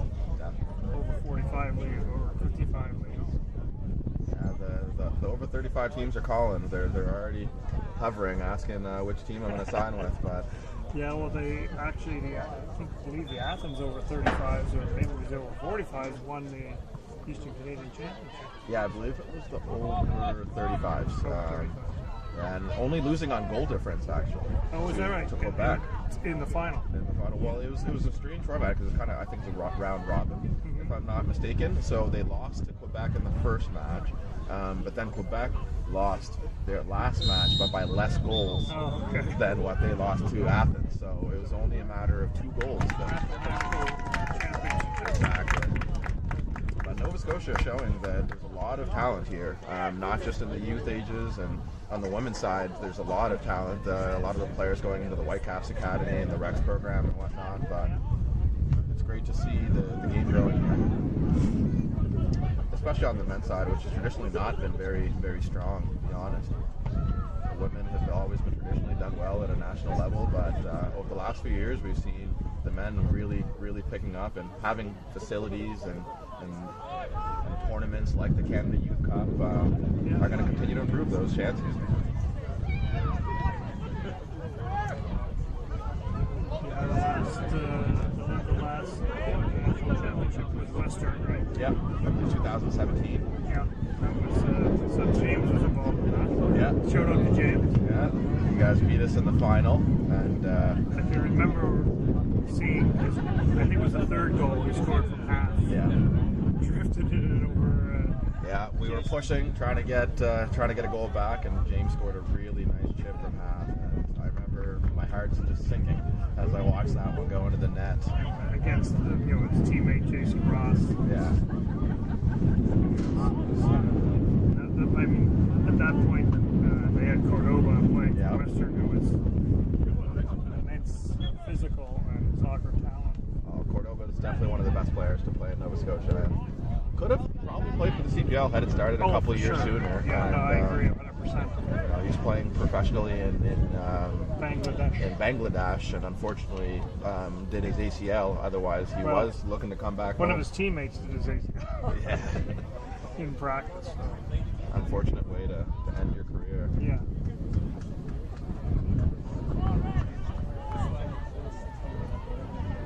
Corner here for Suburban. Woody Bain goes short to Colby Mercer, trying to use that 2-on-1. But this is the downside of the short corners. I've never personally been a fan of short corners. I'm not a huge fan of short corners. Unless you have somebody who's just really, really good 1v1, who's going to be able to skin the defender and then square a pass, I don't think really it's worth it. A lot of times it's better just getting the ball into the box and allow one of your big players to get a header. We used to do a lot of showing a short corner and make sure that the other team understood how to defend it. If they didn't, if they only send one, then yeah, play the short corner 2v1, on the edge of the box. But if they send 2, you're better off to send the ball in. Exactly, especially because you've also removed 2 of their defenders out of their box, right? So creating some space. That's right. It's always a numbers game in set pieces. I see often in the AUS, 3-4 defenders defending air in the midfield, and I'm wondering, why is that? Why don't they go send their numbers in and get a much better number situation? For sure. And another interesting set piece question I'm going to ask you, how do you feel about zone defending on corners and set pieces? I think it depends on who you're playing against. There's certain teams that, if you've got an Ian Greedy, you've got to have him front back, man to man. Yeah. So don't zone up a team that has players like Ian Greedy. Probably a hybrid is where most teams go now. Yeah. Get a few guys in the zone, And then one on those big guys. yeah, and set piece defending is all about not giving somebody a clear run. So you don't have to be, 100% successful in defending somebody. You just have to knock them off a straight run. Yeah. If you get a straight run in, then guess what? You're going to have a good chance. Definitely. And there's also those unfortunate pass there. Could have. Is that Trim again there on the right hand side there? Well, I see Jack Ellis has entered the game in the midfield for Western. Yeah, and Wes Hawley's still on the field somehow. Yeah, Wes is still there. He must be feeling good. So we'll try to figure out who Jack Ellis came in for here. Higher. I think Geyer. Looks like Joey Atcher has dropped back. And the Petro. Did you see Freddie? Freddie must be gone. Yeah, looks like it's Freddie who's subbed. Unless Freddie's playing up front, no. No, well, there's another sub as well, number 17 Yeah. for Western. Put it away.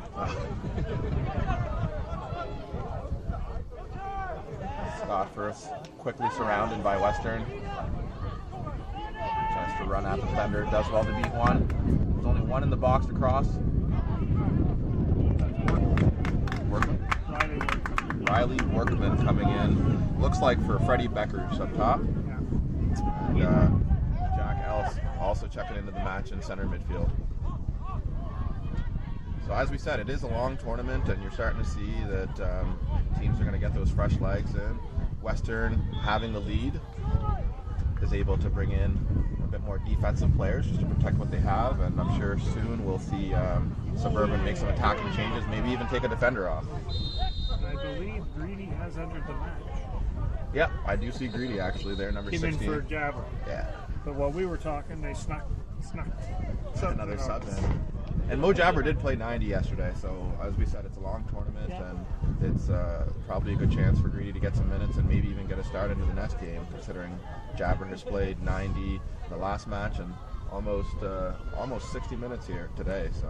And those subs came in at about the 60-minute mark, which is about where teams start to look and see, what the attacking, defending patterns are, and that's when coaches can make those moves to try to counter or to take advantage of something they see that's changed or a pattern that's prevalent in one team. I read a stat the other day that 50% of goals in soccer matches are scored between the 60th and the 80th minute. Yeah, that doesn't surprise me. I think a lot of that has to do probably with fatigue starting to set in for some players. Plus game tactics. pattern, like games fall into a pattern, and if coaches are astute enough, can make changes so they can take advantage of certain patterns and certain tendencies of the other team. Or change matchups.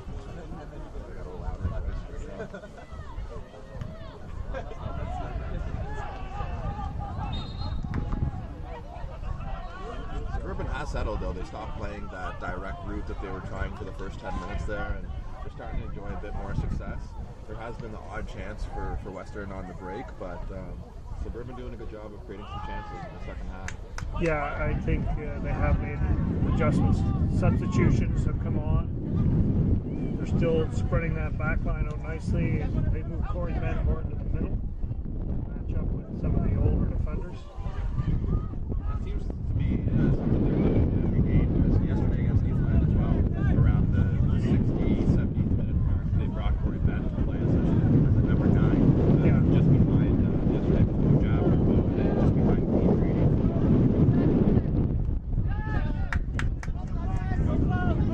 Or a short striker, like a long striker, short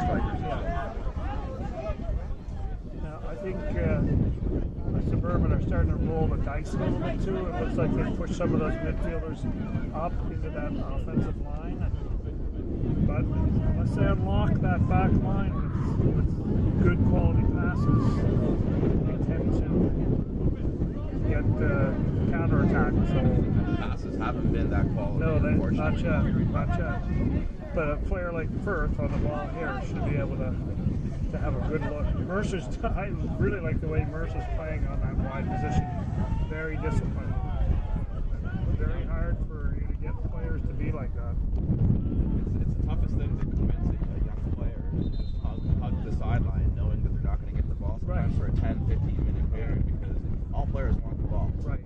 But what they don't see is that the two center backs or the center backs and the full backs are now moving, instead of being 8 yards apart, they're being 14 yards apart. That makes a huge difference in the scoring areas. And that's where you can see a player like Corey Benn now being more in the central role. Can create those 2-on-1s with Ian Greedy and maybe a 1-2 and try to get in behind. Corey Benn's a player who could easily get on a little slip pass and finish. Scored one of the best goals in Wanderers history against CF Montreal. I was there for that. So he definitely has it in him. Yeah.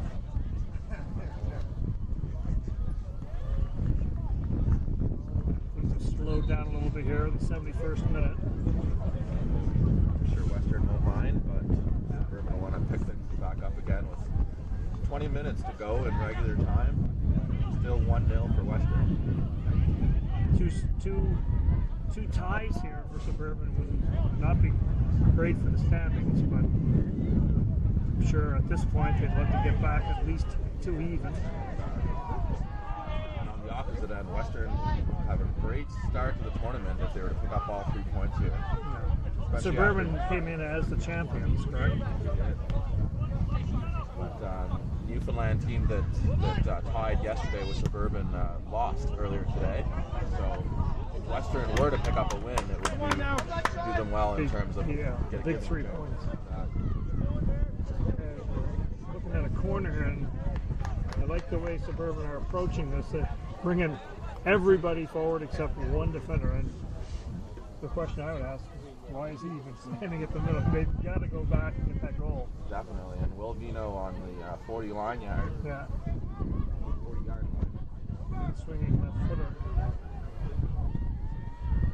Now it's swinging with the left side and swinging right footer probably. Smart defending there. Didn't know what was behind him, but didn't want to head it back across goal, so just put it out for the safe play.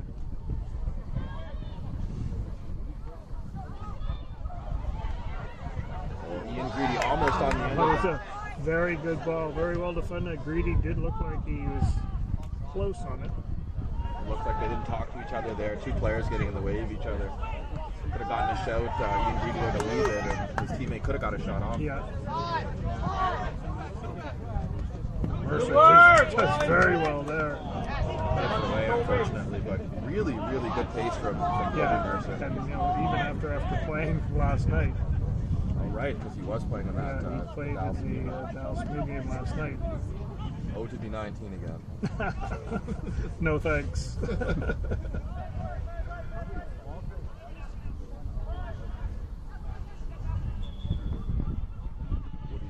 Chance to run out of defenders, but Western being very, very tough to break down. Yeah, well, they certainly have a lot of very good defending players on the team, on the field right now. Pavel, Trim, Kojis, and Sam Ellis playing in that sort of stopping midfield role, number 21. And Yacher's checking out, and at some point we lost Wes Hawley as well. We missed it, but Wes Hawley's no longer on the pitch as well. So finally working him in, and who just came in now? And Pedro's still on the field. Very fit. I thought Joey actually went out, but I didn't see his name. Oh, and Mikhail Parker. Mikhail Parker. Yeah, and he played in this game last night as well. Might be why he was rested initially. Yeah, and did very, very well last night for a goal. He has picked his game up this year in the AUS as well. Yeah, he was initially in that Wanderers U23 team a couple of years ago. Right. Had a couple of good showings there. I think he headed to Memphis Memphis in the NCAA and came back. Yep. Strong challenge there against Alex Taylor, who's asking, when are we going to see a card? Yeah, Pedro, he is not shy about getting in the mix there. I like that.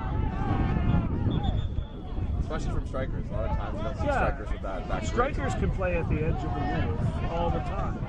And, you know, as a midfielder or center back, you know, you make a tackle like that, it's going to be called and carded. Looks like he's talked himself into the book there, though, after the foul. Did he? Well, that's unfortunate. So I'm not sure if this tournament is it 2 or 3 yellows before you're suspended. I believe it's 3. Is what I read. 3? That's pretty generous. You never want to see players, you know, getting kicked out of games because of yellow card accumulation. So I like it when they have it a little bit on the higher end Yes. kind of thing, especially center backs having to make a lot of tackles, and like you said, with a lot of games in a short time, players do get tired, which leads to a lot more fouls. Yeah, for sure.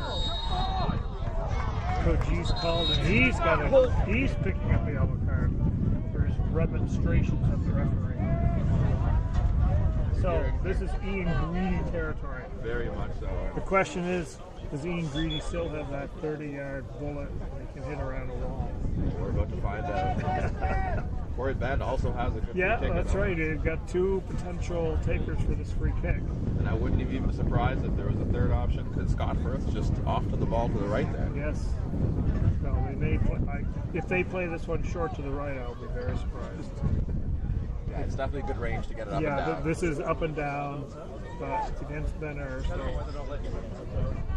the defenders have to be ready to clear this ball as well. Greedy might be looking for now for a deflection or a rebound. So Corey Bent's got the seniority. He says, step aside, Ian Greedy, I got this How one. can Corey Bent can't have seniority on Ian Greedy? Come on. He was here all summer. Oh, okay. He's got 2 months of seniority. And also on the Suburban coaching staff as well. Right. So he's had a good look. He's tied his shoe. He's cleaned the ball. So all he's got left to do is to put it in the net. The wall does its job. Yeah. That's a good ball in. Suburban really starting to get frustrated as they're not able to break through that stubborn Western defense. Yeah. And it has been stubborn, for sure.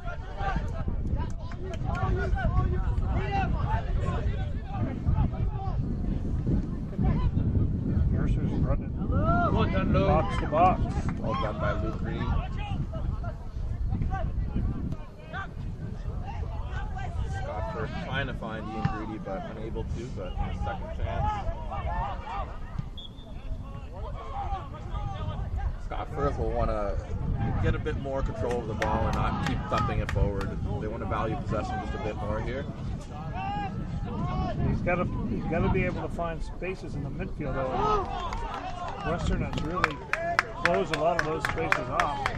And as we mentioned, you know, Ian Greedy isn't as quick as he used to be, so he's one who wants the ball to feed at this point. He definitely does. He either wants the ball to feed or he wants a little slip pass or something coming in with pace from the wing because he's good in the air. And that's where that relationship with Corey Bent can be great if, you know, Ian Greedy can get the flick on and then Corey Bent just running in behind. Bent seems to be playing more centrally, so they're looking to get him in behind, I think. And they're really stretching with Colby Mercer hugging this right-hand side and Woody Bain on the other side. They're staying high and wide, trying to give that space. 2 subs coming in, I think, for Suburban.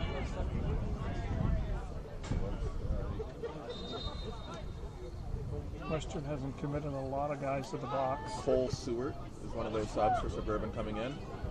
Well done, Will. Jack Ellis jumping for that ball. Ellis is very good in the air. One of the better players in the air in the AUS.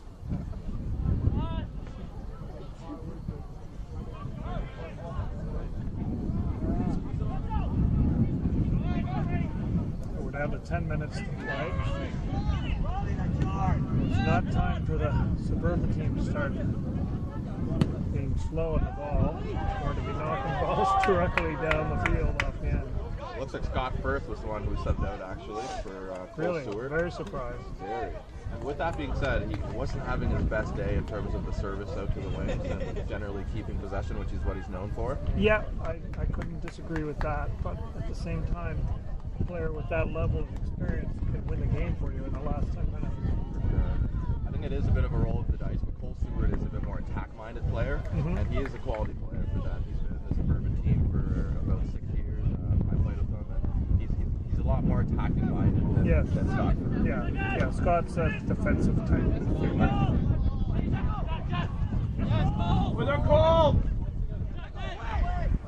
Also a gritty player, Cole Stewart, as you saw there, willing to get stuck in.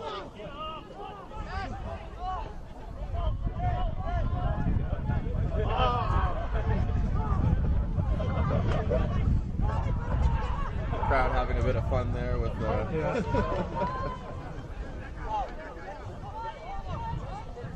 9 minutes to go till full time. Trim goes down for Western. Took a knock there in that little scrum, but I would say he's probably just having a little rest. Dickin's a trainer, so he's going to have to go on. But he did get hit in that left ankle. Yeah. Again, a guy who played 90 minutes last night, so... This favors Western a lot more than Suburban, who are really starting to get into a rhythm. So this will be good for Western in terms of just being able to settle down, make a couple of tactical changes, get a bit of a breather. Yeah, soccer's always been a game of momentum, and when a team gains momentum, then they have the upper hand for sure. Unfortunately, these kind of events break momentum, and sometimes it's a nefarious, tactic by a team, and other times it looks like Trim's legitimately hurt. But fun fact, Mike Trim's a black belt in jiu-jitsu. All those people in the crowd who are giving him a hard time, be careful. Well, I'm pretty sure he's a disciplined jiu-jitsuan. Looks like he's good to go. Gives a thumbs up.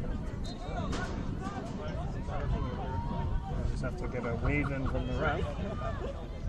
This is where it can probably be tough a little bit for Alan Jazik.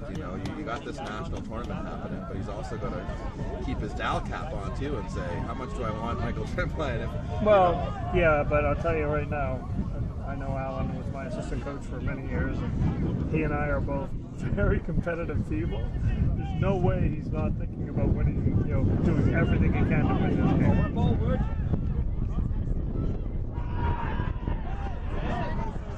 There's been a lot of waving off by referees.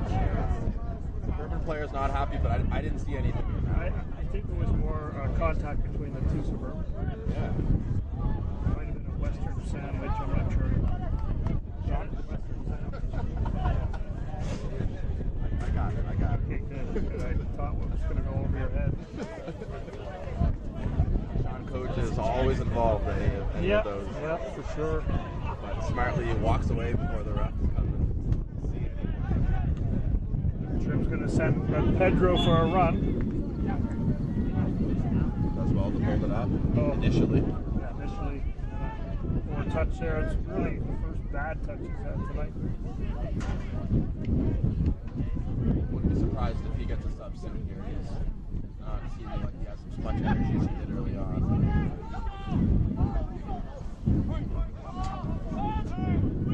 He's playing all over the field. And tirelessly making a big run forward.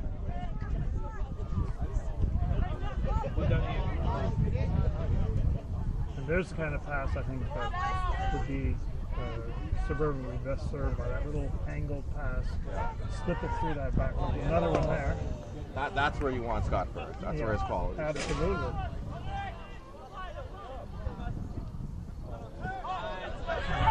For Christmas.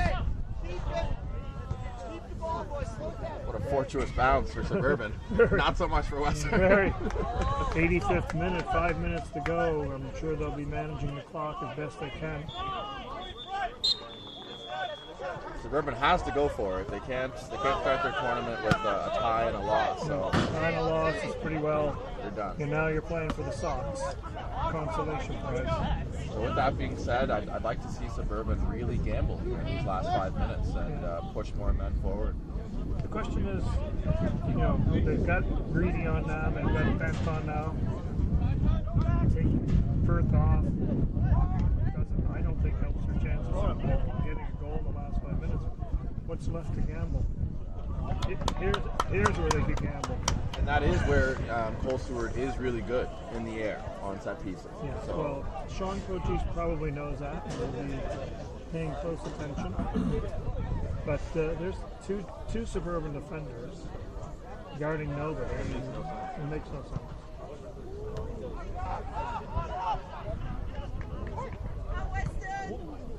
That's what we call an up and under. Well done by Mercer. Again, shows that pace. but again, the stubborn Western defense. Yeah.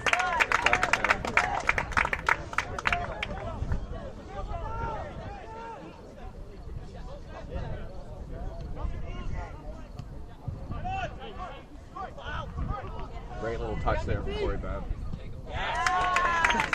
No tackle by Gorski. Looks like they can bring the big guy forward for the long throw, but This time they are only leaving one behind. Yeah, but I mean, Alex Taylor, but I don't understand even why. too little, too late. I can understand not wanting to give up the second goal, but Still.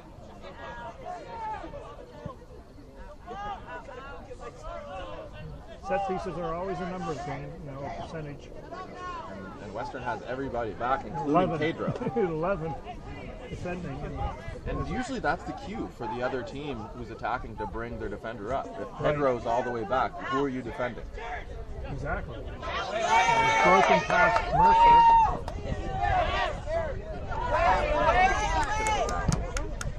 Pedro did well initially cut back, but probably should have hit that diagonal He over. got his head up and he saw Enrico Rodriguez on the right-hand side with tons of space, but Suburban closed it down quickly. Now he's suffering cramps. As we said, the subs are probably going to come in for Pedro too. I don't know why the referee is putting him off to the side. There's no trainer who's coming in. I don't know if he qualifies as an off to the side. No, that was a strange one. Maybe there's a rule we don't know. They do like to change them on us, it seems, on a yearly basis these days. Yeah, for sure. And if I was Alan Jazek, I'd be asking, what the heck is my player doing? Oh, he's been stopped. So that's what it is. Oh, they brought Wes Ollie back. The enforcer. The enforcer, well, Wes has done a great job closing down those pass in the midfield. Yeah. He really didn't allow Scott Firth any room to breathe when he was on the field. No, exactly.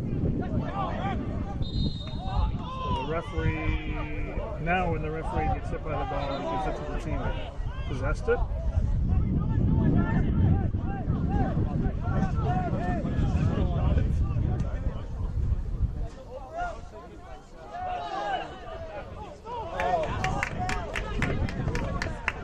Suburban now starting to go Route 1. Route 1, and well, they should.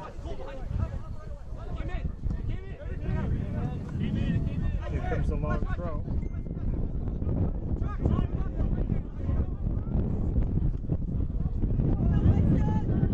Nice turn.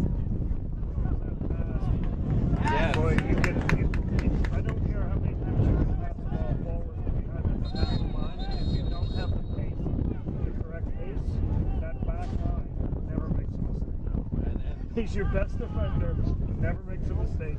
When the defense or when the attack passes that ball over the end line, the question has to be asked, like, what are you trying to accomplish with that pass? And not to be a broken record, but really that's where you want Scott Firth being the one to play those balls to. Exactly. I agree 100%. Alice is good in the air. Yeah, I was lucky enough to play with Alice came to nationals with us last year with Dunbar. Right. Great job at back line, and also drop in a good job at CDM. Very versatile player. Can play left back. Yeah. And he's got a good left footing. He's good in the air. He's good in corner kicks. Scored a fair number of goals in corner kicks. great guy as well. I can't understand a word he says. From Liverpool. So.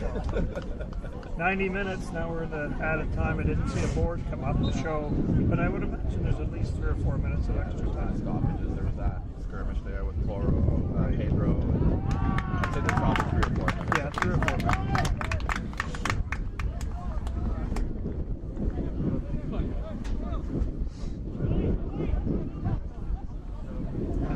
The temperature here in Clark, Nova Scotia hasn't dropped into the zeros, so we were very lucky here tonight. Yeah, especially being up high here today.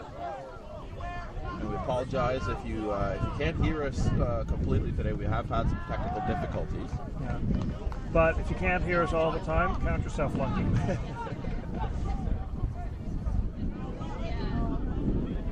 It's been a great match here today, though, Pat. It has. It's been entertaining. All you can ask for is intensity for the players, and both teams have shown a lot of intensity. And it was a very. There's Mercer. Oh, I thought Mercer was going to get unlocked.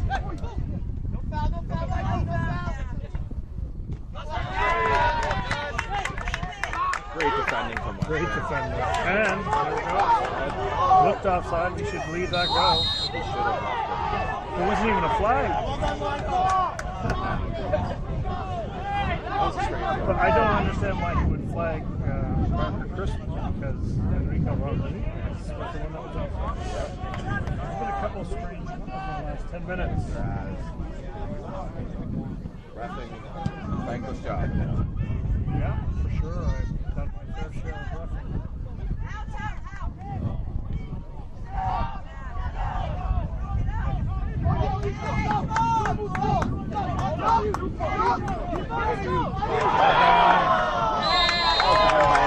Rodriguez.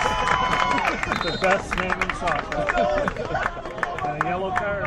And that'll probably be the end of it, really. I would suggest that Suburban may have one more opportunity. A good job there for Rico to win the foul and just give his team a chance to just settle things down. When you can execute a cutback like that and put the defender on the wrong foot, a lot of times you're going to get a foul out of it. And sometimes you do get the kick as well. So there is sometimes a price to pay. There is a price to pay.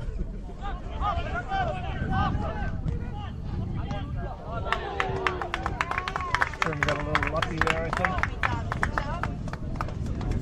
It's probably going to be going to the ice bath, I imagine. I would think so. Knowing Mike, he's got probably a paper due tomorrow, so he's going to be home to get on the computer and.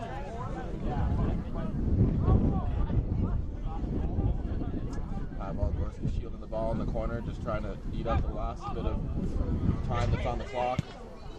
Being greedy with the switch. Greedy looks quick enough to get up front again. Mercer, can we get on this one? Strong Cole Stewart plays it into Lou Green. Well played by Mike Trim. Mike Trim's having a great game here. That's unfamiliar territory for Lou Green. Yeah. Surprised he'd be the one there, not in the box for the end ball. That's right, yeah. Well, Mercer did a good job of battling for that ball. Green was a recipient of a good pass, but Trim was there.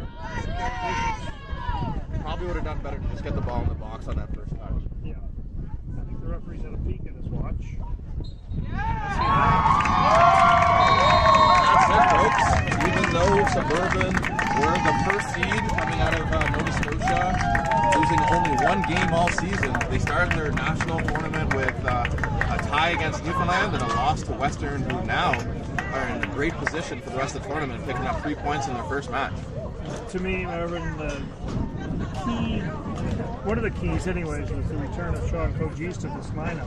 As we saw tonight, he was a stalwart of holding that 1-0 lead and marshaled that back line very well.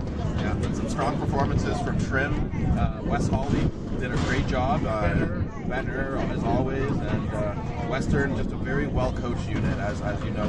Pedro with the goal, of course, and it was a nice goal, so it wasn't that the game was won on a bad goal. It was won on a good goal. Exactly, and they could have made it 2 right away, so I don't think anybody will be too too surprised that Western won this one. I think they had the better game plan in the end, and their plan ultimately was to get a goal early on and protect what they had. Yeah, You know? they took care of business.